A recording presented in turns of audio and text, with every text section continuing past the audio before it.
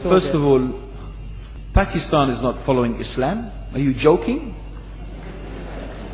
I'm saying not Pakistan, we have 90% Muslim. Muslim means follow Islam. But Muslim, what Muslim? What Muslim? I remember 15 years ago, it's not today and I heard it's worse, 15 years ago I remember going to a wedding in Pakistan. A wedding where men and women were mixing freely. Where the bride was dancing on the stage with all the male members of the family dancing on the stage.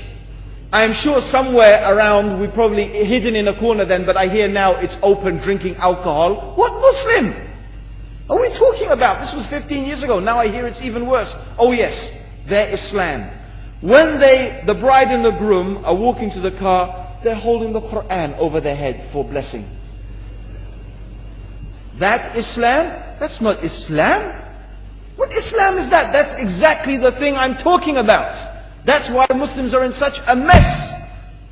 Because of this nonsense, this hypocrisy, actually they are insulting the Quran by doing that. Amongst all of this haram, they think that the Quran, holding it over their head, is going to bless them because they're holding it. What is that? Where did they get this from? So, I don't know what we're talking about. In fact, this is the problem. You see, the Muslim world itself is so far from Islam. So many you find here in India. Well, I know it's not a Muslim country, but there are lots of Muslims here. But I don't know what sort of Muslim. Most of them go to the dargah and they call upon some dead person in the grave, and they think that by talking to a dead person, they're going to have their needs fulfilled. What's the difference between that and worshipping an idol? There's no difference, believe me. It's shirk. I've seen it myself with my own eyes. I'm praying in the masjid. The adhan goes. The people are praying in the masjid. And the people in the dargah are not coming to the mosque to pray. They're still going around the dargah and making all their whatever the things they do. What's that? That's not Islam. You go to many countries, you find Pakistan, you want to see Islam in Pakistan. You know, in England, in every street corner we have a pub. You know what's a pub? You know what's a pub? Like a bar, you know, a place where you sit and drink alcohol. Yeah? Yes? In Pakistan, believe me, they have something worse than that. Yes, worse. On every street they have a picture of a palm. Everywhere you see it. Hanging from the windows. They have the picture of a palm.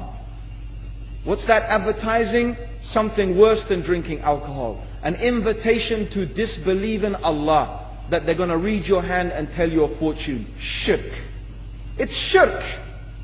Whoever believes, the Prophet said, sallallahu alaihi wasallam, whoever visits a fortune teller out of curiosity, Allah will not accept their prayers for 40 days. Whoever believes in the fortune teller has disbelieved in Allah and His Messenger. That includes, by the way, horoscopes. Yet you see in Pakistan, a picture everywhere of a hand. Worse than a pub. Worse than a pub. It is better to drink alcohol than make shirk with Allah. Yes. So this is the Muslim countries. You will not find one except they are not doing magic and shirk and kufr, or except maybe one or two you will find.